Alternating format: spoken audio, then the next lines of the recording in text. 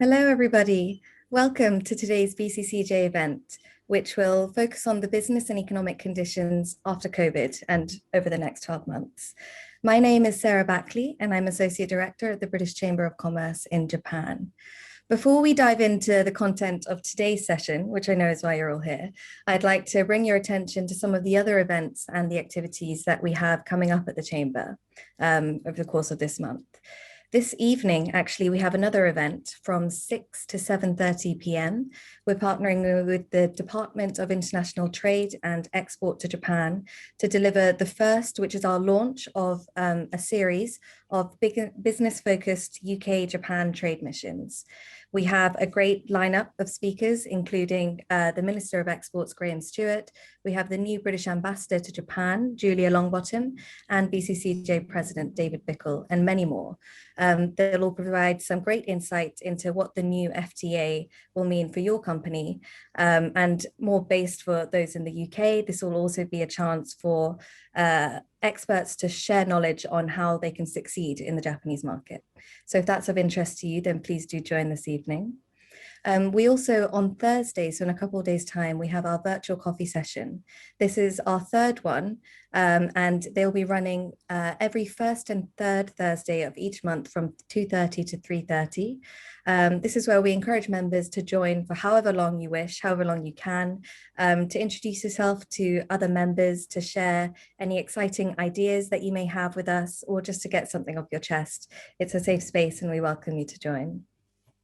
Next Monday, which is International Women's Day, from 12:30 to 1:30, we have an event entitled Women in Trade. This will be focusing on the challenges that women are facing in business and trade, both in the UK and Japan.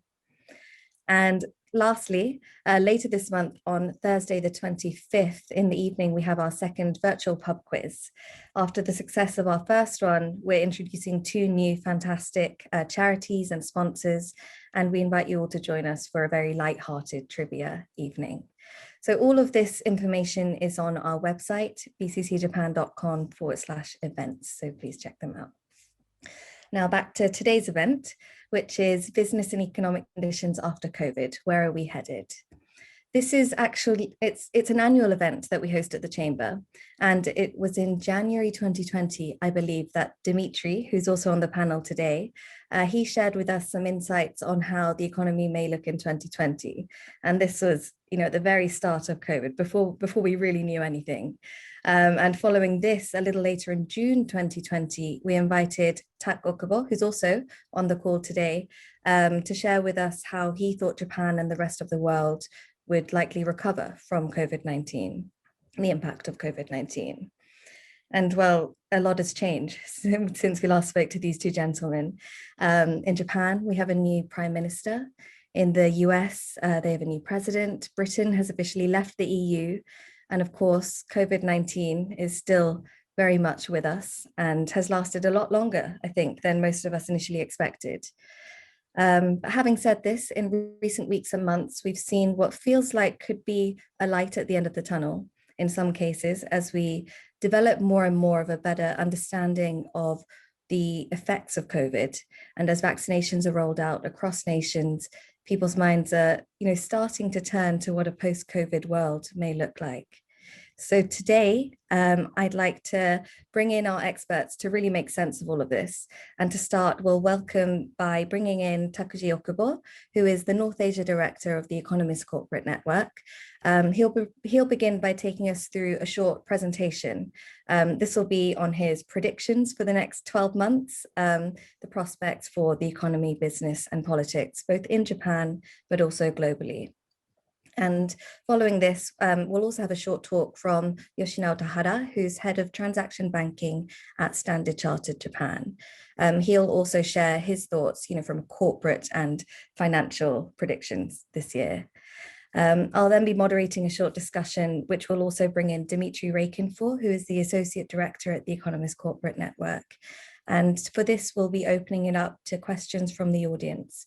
So I please encourage you to, throughout the session, send in any questions that you have to our experts using the Q&A function at the bottom of your screens. Okay, so without further ado, I'd like to introduce Takuji Okubo, who will take us through his forecast for the next 12 months.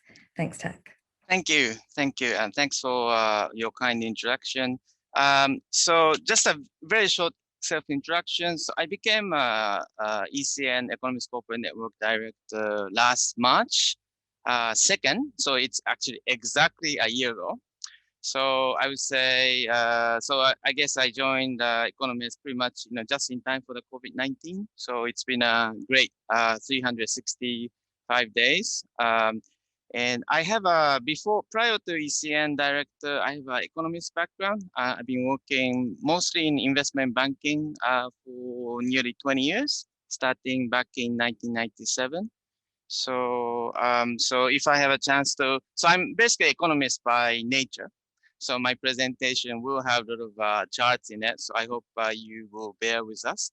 I do understand I have 15 minutes to present. So I will try to be short. So without further ado, let me share my presentations. So 15 minutes. So I have 3 topics. So I guess 5 minutes each. So the first I like to go through with you what happened to Japanese economy for the last 12 months. And in the second part, I will have a very short section on our economic outlook. So, well, I'm actually happy to tell you that EIU, our sister company, has actually did a pretty good job in predicting. But then I do know that as economists, it's actually very difficult to predict. So we get it right, something we get it wrong. People generally remember when we get it wrong. But with that warning, I do want to share our economic outlook for next year. This year. And then I have a few themes I'd like to discuss.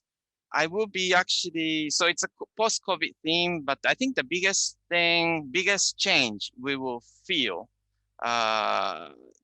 this year going forward, is actually US-China conflict. And I think the world is changing. I think we are about to experience a big change, or which I think we are actually moving into a world where things are quite different from, say, last 30 years, where US was the dominant superpower. But then I think China won't be kind of challenging the world hegemony, but I think China is trying to be, a super big country at least in Asia. So I think we are going to see some big change in geopolitics, and I think that's actually one of the biggest post-COVID theme. I have a few more lighter issues such as vocation, how our work style is changing. But these are the themes I will cover in the post-COVID themes. Okay, so let's moving on. Well, what I guess everybody knows what real GDP is. So this is what's happening. This is what's happening at the end 2020. So it does look like a V shape. I would say. Unfortunately, January-March period we are in it now is likely to be a negative growth. So it's going to be a dip down. But overall, I think you can see, compared to what happened in 2008, 9, 10, Lehman shock, we are actually seeing somewhat bigger shock. So what would happen after COVID-19? So many economists, including EIU, tend to feel that it's going to be a slow recovery. So as you could see in 2009, 10, 11, it actually took Japan, I would say, nearly actually 5 years for Japan to recover, pre-Lehman shock level. So I think many economists are actually expecting Japan to experience similar slow recovery. So we are now saying that it will take actually 3 years, 2001, 2002, 2003. it would take 3 years for Japan to go back to where we were before COVID-19. So we will see. As economists, I think one big difference between now and after the Lehman shock is actually exchange rates. I think some of you might remember, yen strengthened a lot between 2007 to 2011. Yen was actually as weak as 130 yen per dollar at some point in 2006 to 7. And in 2011 to 12, actually yen strengthened to as much as 80 yen per dollar. So huge appreciation of yen.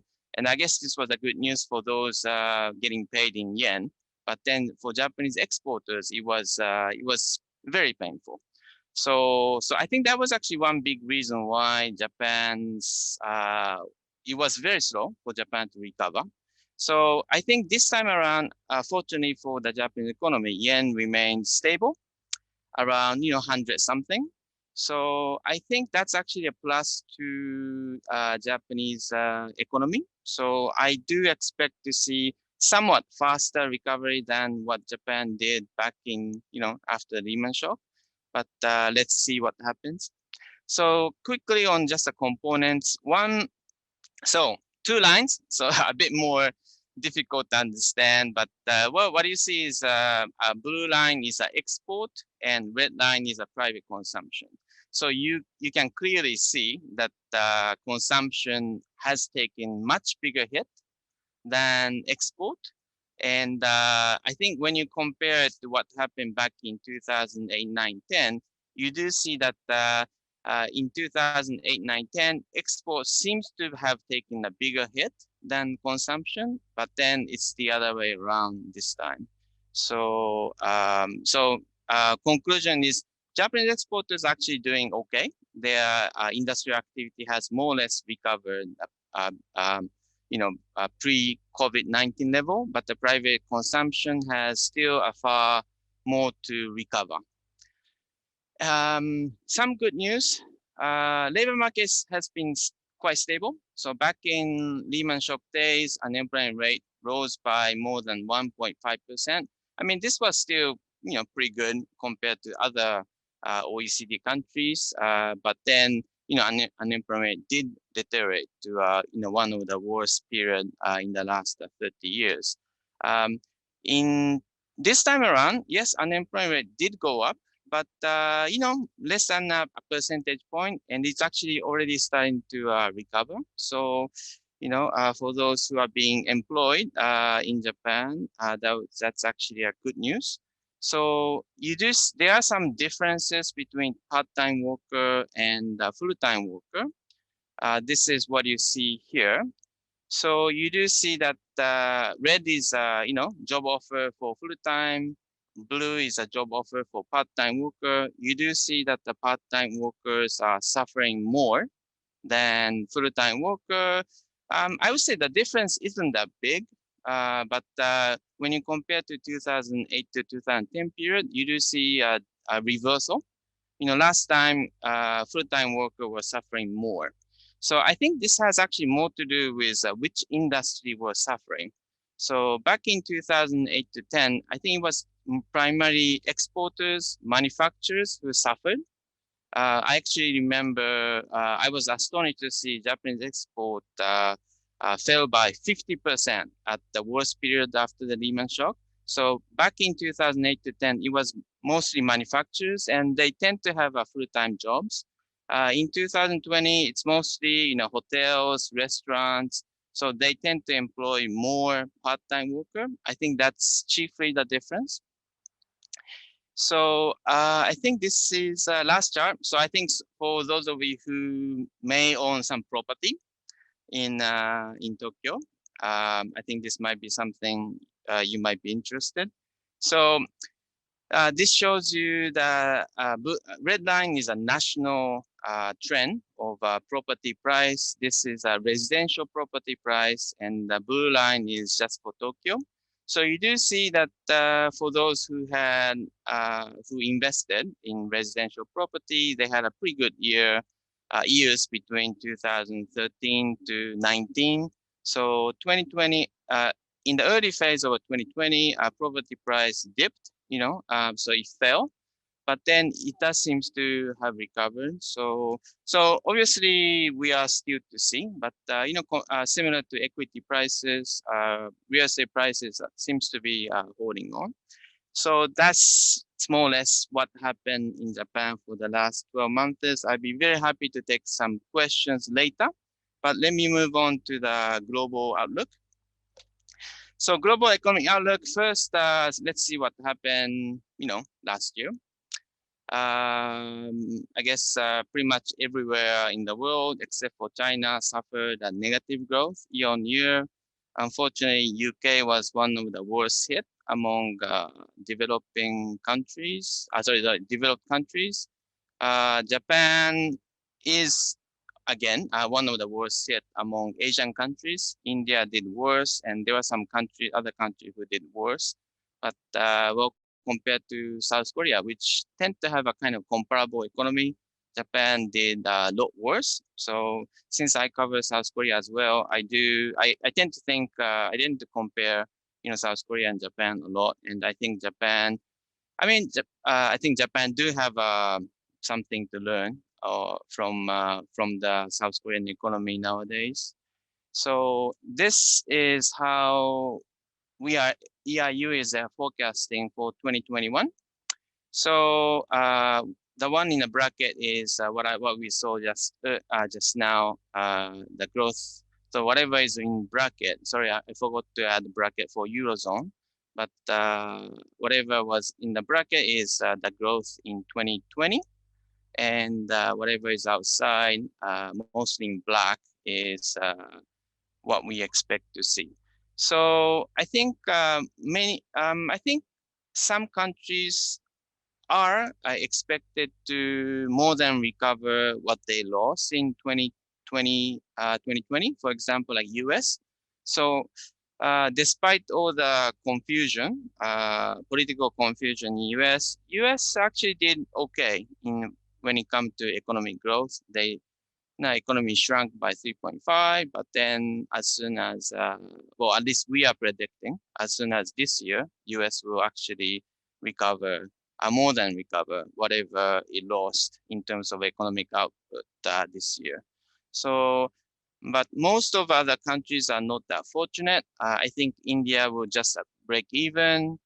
South Korea do more than actually more than compensate for what they lost, but Japan seems to, at least what we are predicting, Japan will only partially recover what they lost in 2020.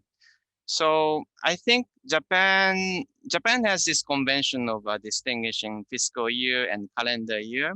So you may hear that Japan is actually expected to grow nearly 4% in fiscal year. So there's a big, I think when we talk about growth rate in 2021, especially with Japanese business people, I think we might want to be careful, whether we are talking about fiscal year or calendar year. So Japan's growth is higher for fiscal year because COVID-19 started earlier in Japan, January, March.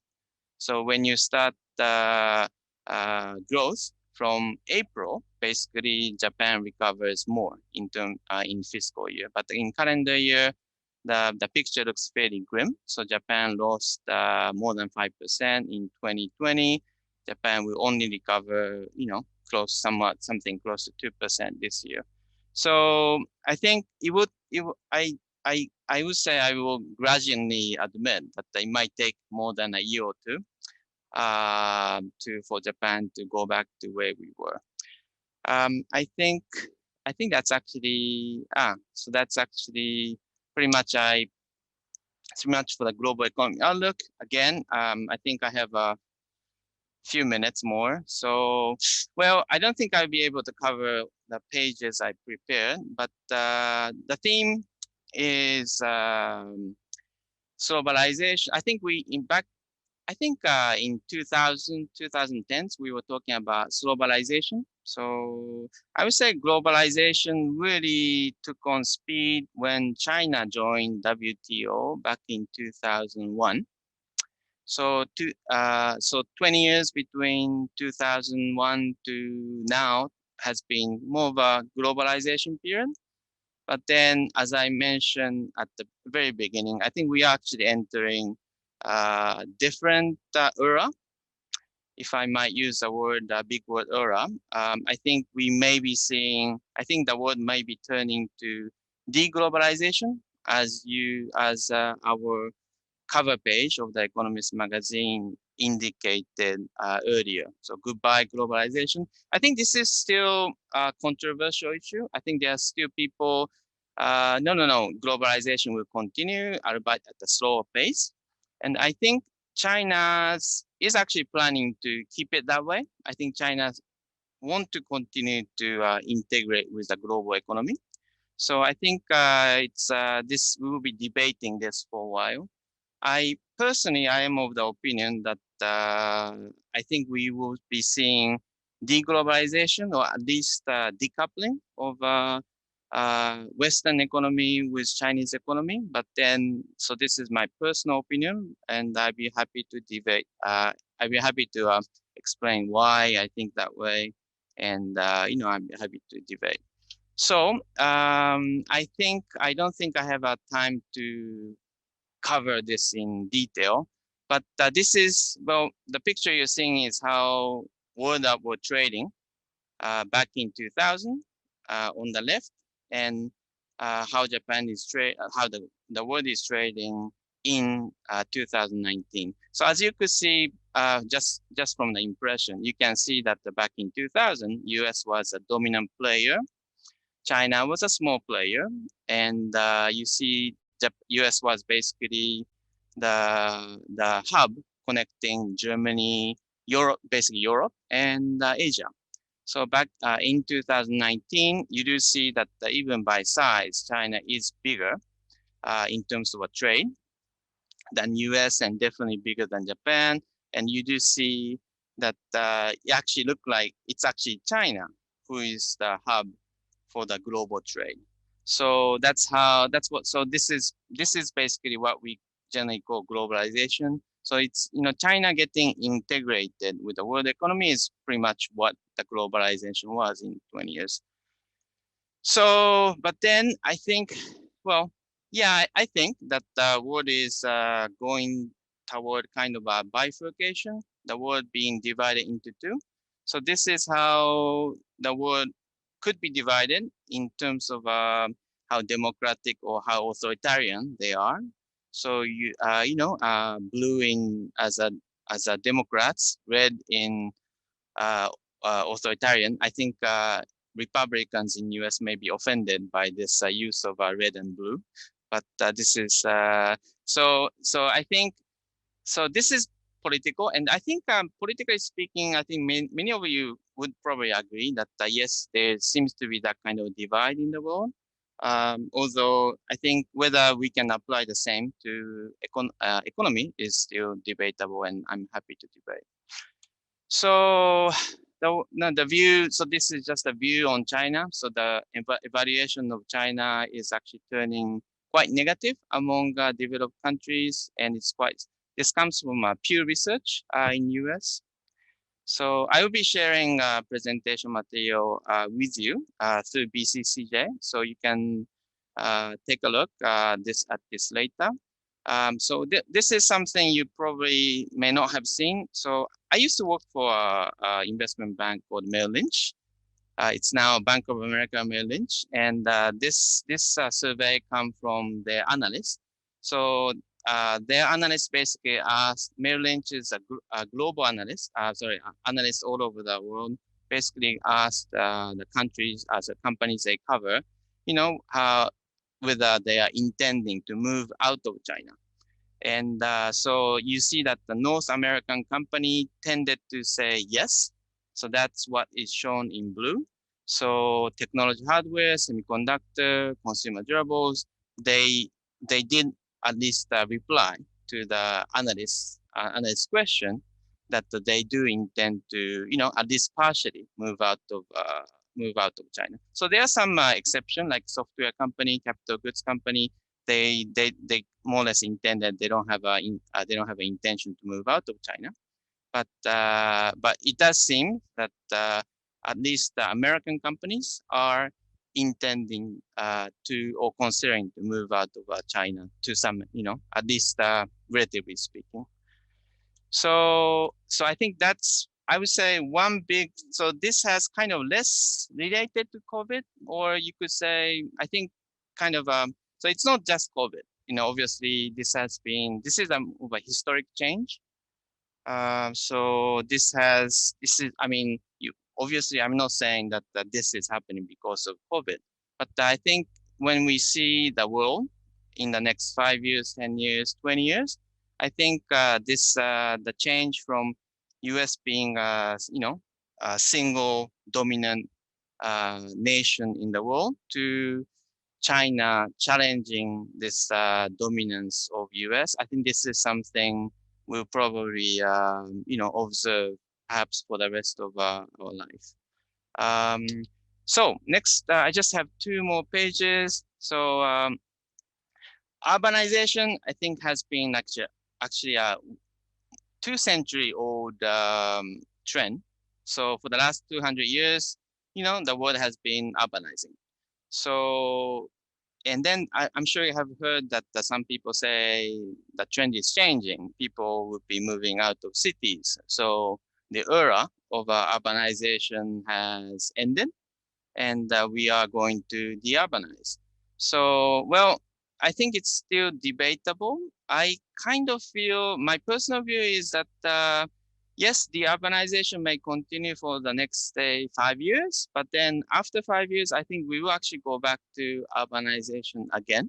So that's kind of my personal view, but I think this is something very interesting to watch out for. So, well, you can see the picture left hand.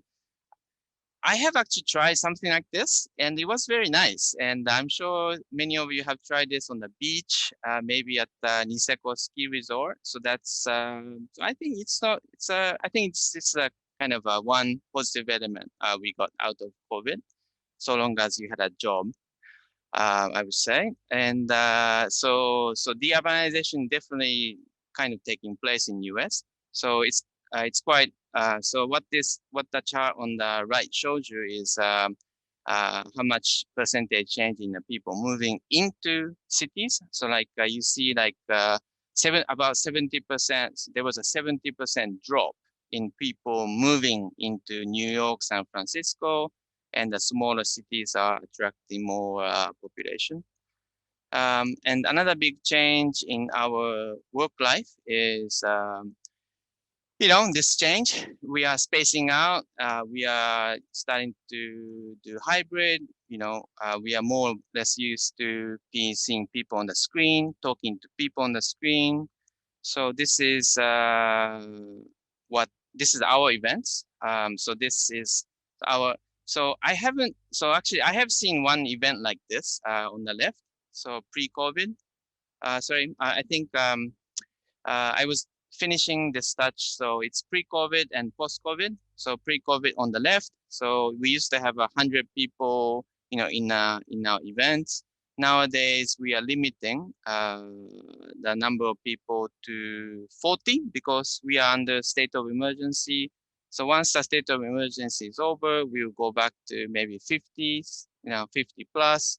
But then I think it would take maybe at least another year or 2 before we start to feel we can actually go back to like pre-COVID. So I think the day will come, I think our memory tend to be short. So I think after 5 years, we probably I think it's become quite normal not to wear masks in public. But this is what we have experienced. So I think I must have exceeded my time limit. So I will stop here. Thank you. And so a few pages I was going to cover, but I will skip. Thank you. Thank you so much, Tak. And like Tak mentioned, we'll make sure to circulate both his and Tahara-san's presentations afterwards, so everyone on the call can see them. A lot there in a very short period of time. Thank you. And I'm sure you have more to say. But I think just before we dive into questions from the audience and from myself, I'd like to give the stage to Tahara-san, who I know has also prepared something. Hello, everyone. I'm Yoshinao Tahara from Standard Chartered Bank in Japan. I'm running transaction banking business for Japanese clients, including corporate clients, as well as the financial institutions clients.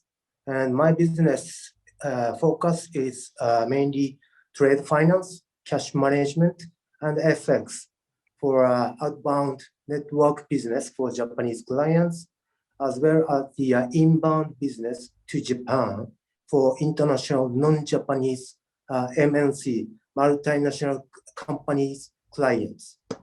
Today, I'd like to briefly talk about the theme of post-COVID from banking business perspective.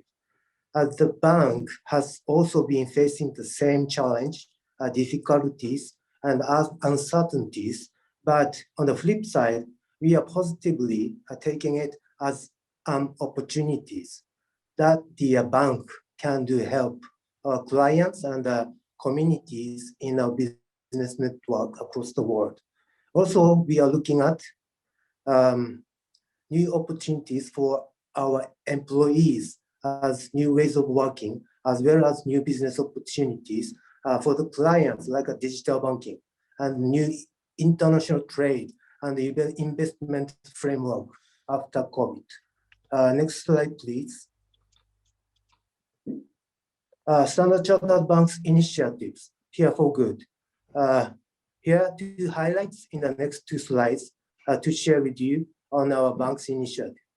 First one is our specific financing, funding, and the donation, which is undergoing since last year to support our clients who fight against the COVID.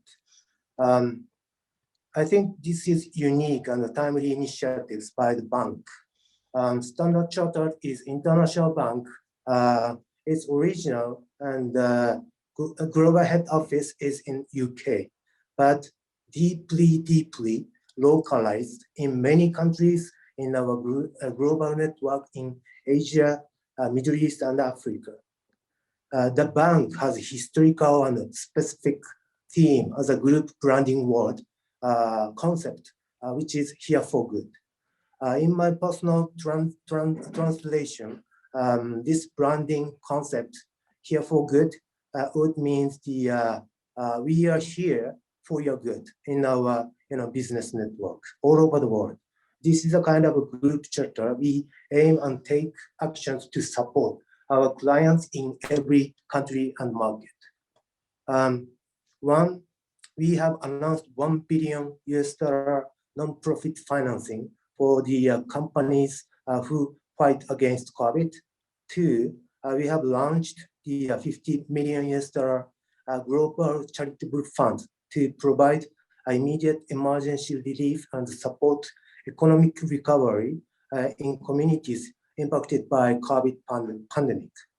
And three, give one-day donation by our employees to fight COVID. This is, I think, the unique initiative. Our bank's colleague, our staff can donate any amount, say 1 hour, 2 hours, 3 hours, 1 day, 1 week, any amount they can donate directly from their salary to the group's global fund for fighting against COVID. Second one is the midterm business initiative. What we are aiming to focus on after COVID in line with the fundamental changes of our life and the business. New ways of working. What does it mean under COVID and after COVID? It apparently means the work-life balance of the people and remote working by work from home and employees' well-being based on new technology, just like most of the companies in Japan also have been doing under the COVID circumstances. We are taking this initiative to help our employees to maintain comfortable working environment for the business operation, for our clients, more safely for the employees. At Standard Chartered in Japan, actually, work from home ratio is currently around 50 to 70%, which is in accordance with the Japan government guideline and the state of emergencies, which I think demonstrate the new ways of working.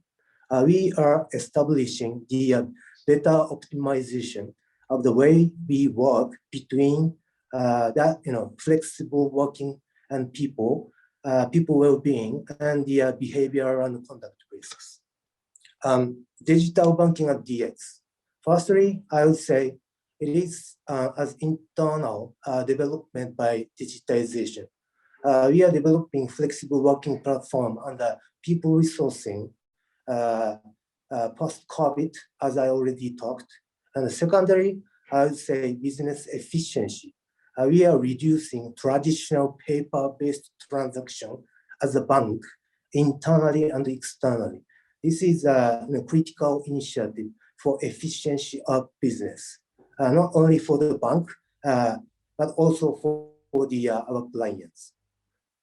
Thirdly, digitization of business by new innovation and the development of banking service for our clients. I would say Swift GPI, digital trade finance, digital supply chain management, API, ERP connections, and digital payments and collections. Some of you may not be familiar with those specific banking keywords around digital, but you are familiar with the e-commerce, PayPay, Google Pay, LINE Pay, blah, blah, blah, as the new payment methods in our daily life. There is a big mixture of the digital competitions, fierce competitions among many players in the digital business to become winners for the future. Alliance, consolidation, integration, and mergers among those players. These are already what we have seen, and we will see more going forward. Of course, Standard Chartered has been focusing on the digital banking innovation as a top priority for a long time and established visible success as a front runner of digital banking in the world. After COVID, we expect to see much more fundamental innovation and the development of a technology at the digital banking space. Lastly, Japan, UK, EPA, and the CPTPP, and the third country trade and the investment opportunities. I think this is a symbolic initiative from Japan, UK trade partnership perspectives. We have the JICA and the JBIC in Japan, and the UK has the UK exit. Yeah, that's focusing on Asia and Africa countries in line with the EPA and CPTPP. It is good to see UK is joining CPTPP, which might have been leveraged by the good bilateral EPA relationship between Japan and UK. I think this seems a good cross-nations initiative by both countries and the governments over the COVID challenge going forward, as the global trade and cross-border investment should be critical and the core of economic activities for both countries, as we are, both of us are historical trade-oriented nations. What we would expect from this progress over the COVID is further G2G investment by Japan and the UK government to emerging countries in Asia and Africa, supported by JICA and JBIC and the UK exit, where the Japan, the UK companies will take important roles and considerable business opportunities there. And the Standard Chartered can help those companies on the ground in our network for trade finance, cash management, and FX management. Standard Chartered is the leading bank, particularly in the emerging countries, to support our clients for the trade and investment in such emerging markets under G2G investment. Thank you very much for this opportunity of sharing our activities at the BCCJ webinars. This is the end of my presentation. Thank you very much. Thank you very much, Tahara-san. It's great, especially to hear that these new ways of working and your switch to digital will continue post-COVID. Those are both fantastic outcomes. Perhaps actually, can I pose my first question to you, Tahara-san? As you'll recall, Tak mentioned in his presentation that Japanese companies are actually doing okay at the moment, particularly the exporters. What I wanted to ask you is whether you agree with this. Are you seeing this from a Japanese corporate sector view? Is that what you think as well? In terms of the there are business activities, yes. As we can see, some auto industries, in China, in the US, they are having their big recovery from that point. And in our daily business discussion and communication with our clients in Japan, with their global headquarters, of course, we don't have any face-to-face physical meetings. But the alternative, technology, like just we are doing this, Zoom, which is getting the new standard to have, close communication and build up the relationship to some extent as the alternative, ways of the client communication. That's in my view. Okay, thank you. Tak or Dimitri, maybe I'll pose to both of you and feel free to go between you both. You mentioned deglobalization as perhaps the key kind of global theme for this year, at least in the views of The Economist. Maybe you could share a little more. And I think in particular, just seeing who's on the call today, what the implications of deglobalization may be for companies. So our members, kind of what it is that they should be planning for and preparing for. Okay. Hey, actually, since Dimitri is here, hey, and Dimitri may have a different view, by the way. So, but Dimitri, do you want to share your view? Yeah, thanks, Tak, and thanks for inviting me for the session today. Of course, deglobalization, as we saw it happening both pre-COVID and now accelerated by some of the events connected to COVID as well, with regards to how China handled it and how different countries were going about it, is an important trend that will continue. It is maybe too early to say. I mean, personally, I can't say yet whether, and probably no one can, whether we will see a full bifurcation or not between China and US and the countries and companies that are related to either of the countries. We are, of course, working on this. I mean, in the Economist Intelligence Unit, that's one of the key topics that we're trying to analyze and to see the potential impact for the companies and the countries. For Japan, there was one of the papers where we were specifically modeling the impact of deglobalization and trade and in supply chains. And we saw that the full bifurcation scenario actually leads to marginal net positive for countries like Japan, maybe a little bit more positive to Southeast Asia, but Japan and Korea, as well as Tak mentioned, we cover both, may have some opportunities there up for grabs. And that is perhaps the way that we should look at it, as we can't predict. We should take into account the different scenarios and especially prepare for the worst, which seems to be a bifurcation. So too early to say, but that could be an opportunity to some of those. As I've mentioned, which is a little bit slightly connected to this question as well. And those of you who are also members of ECN know that we've been doing the Asia Business Outlook survey annually, and just finished one recently for this year, where we're polling our members, executives from biggest companies, both multinational and local in the region. We cover Japan, China, Singapore, and other countries in Asia. And what we saw is that actually so far, maybe it is COVID that overshadowed all the other concerns, but it seems that in 2021, companies are a little bit less worried about the US-China trade relations and overall US-China relations. There might be also some kind of optimism towards the new Biden administration. And again, companies may also feel a little bit more positive towards the business environment in China just because of the way that China handled the pandemic and because of the way that the economy has been developing in China. Because we also saw from the survey that overwhelming majority of the companies are still planning to invest more in China, and that is the main destination in Asia for the investment. Again, there are different factors at play here. So I think the long-term trend is probably not the best in terms of how the business will, the foreign business will feel it in China, how that will develop. But short term, there are some factors that could play positive and that could be used by the companies both in Japan and other regions. Thank you.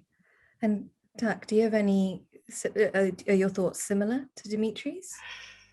No, I think compared to Dimitri, I'm actually more convinced that we are heading toward decoupling. And obviously, I mean, Japan, since US and China, and actually China is so integrated in the world economy, we are not going to completely decouple actually at all. But China is actually dependent on Western countries for semiconductors, and we are dependent on China for many things, including masks.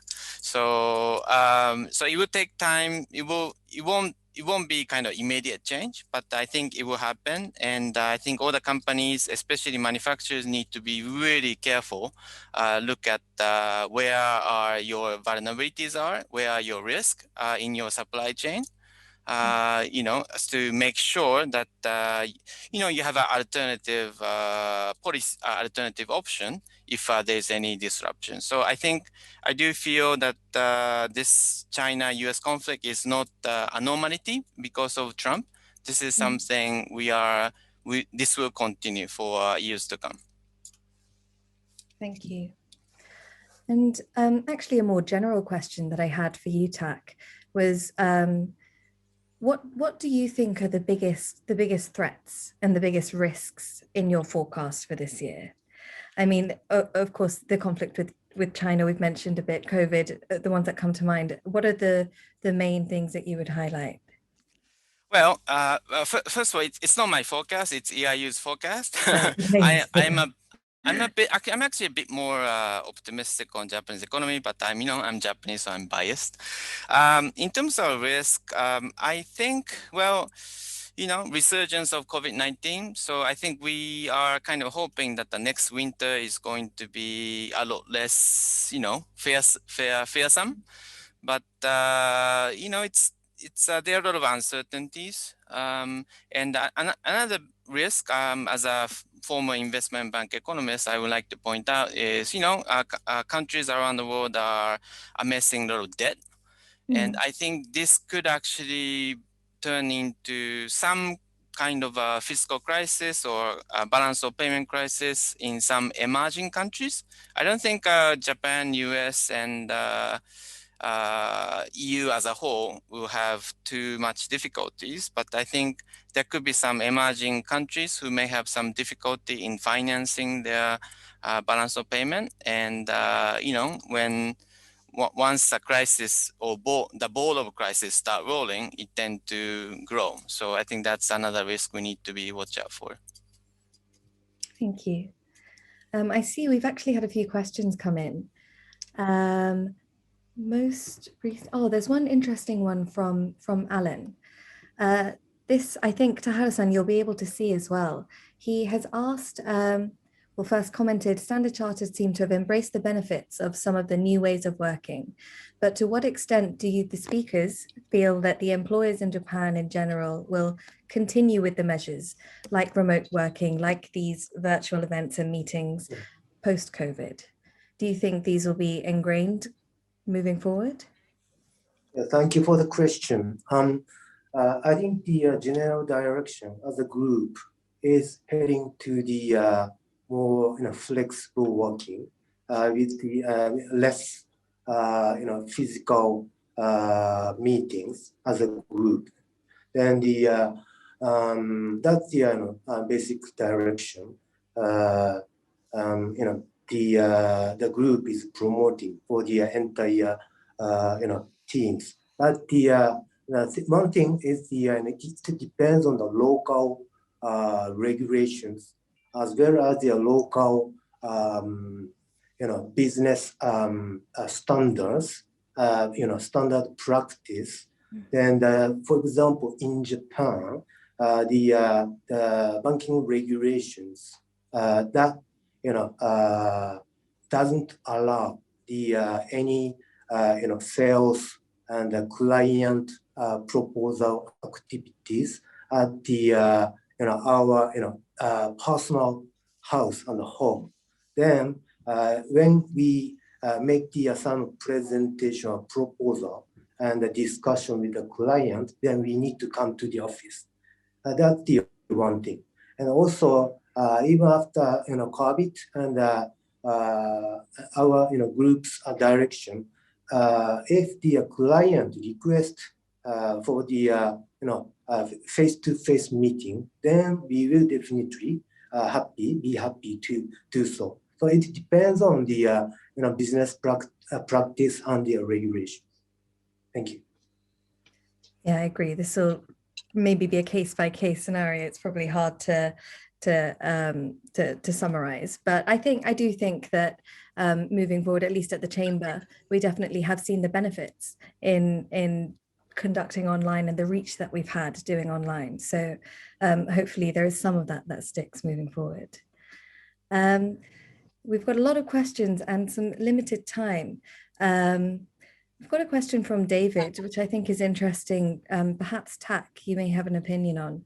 Rather than pivot to Asia, commentators have increasingly been speaking about a pivot to Indo-Pacific. What does that mean for Japan specifically?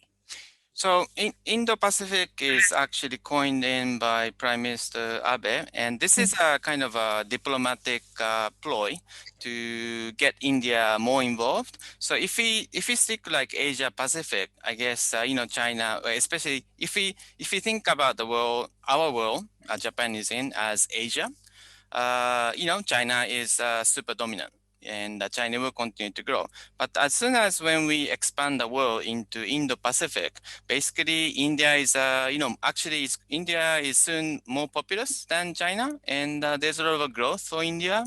So this is basically our diplomatic tactics to keep China relatively smaller than otherwise by getting India into the world. And I think this has more or less succeeded. I see. And just on the topic of Indo-Pacific, we have CPTPP. Also, it's growing and growing. And as you know, the UK has recently put in their bid to join. What are, I guess, yours and Dimitri's thoughts on CEPA, the UK-Japan Free Trade Agreement, and CPTPP? Do you think they're economically significant in your eyes? I think it would be interesting if UK joins CPTPP because that's actually one more democratic country joining CPTPP. I personally feel sympathy for Japanese diplomats who may have to deal with Boris Johnson in negotiation. So I think that could prove to be a tough going actually. But no, I think Japan is happy to welcome UK to CPTPP. If UK is actually willing to swallow whatever demand Asian countries will make on UK. Dimitri, what are your thoughts? Thanks, Sarah. I think that of course, CPTPP has been on the radar, and I think it was high on the agenda. We saw an interest from our companies, the members of ECN and our clients to the topic just in the end of the year when it was signed. There's a lot of optimism towards that. There's still, I think, as of yet, an open question: how effective would that be? It's again, and as any super large agreement with lots of companies, there are certain limits as to how a detail can it be, and as how specific can it be, and how practical can it be in certain cases. We still think that again, especially Japan, South Korea can grab a little bit more of a positive, direct positive impact of that. And yes, of course, the more it's as the company promoting free trade, of course, we agree that the more countries join that bloc, that's beneficial. But I think there's still more to see in more of the technicalities, how much practical use would that bring to the countries and the companies there. That makes sense. I apologize, we've only got 2 minutes left, but I'd like to maybe slip in one last question. And this will be to TAC mainly. I was hoping maybe you could expand on private consumption in Japan. A lot of our members, as you know, are businesses in Japan, and they would, I think, be interested to hear about what the expectations are for consumer spending in Japan, and whether this may differ cross-sector as well. Right. I think consumers have a lot of money to spend, and so I think once the sentiment changes, the sentiment become optimistic. I think there's a lot of room for Japanese consumption to actually grow. Income hasn't actually fallen for Japanese, and the people kept their jobs. So I think, but then obviously they're not going to go back to department stores, right? So I think they have to be more newer form of private consumption in Japan. Online, you mean? Yeah, online and otherwise. Yeah. Yeah. Okay, well, let's hope that we do see that change happen more rapidly in the next coming months. I'm really sorry, that's all we've got time for today. I see we do have some other questions. So if you don't mind, Tak, Dimitri and Tahara-san, I'll share these with you.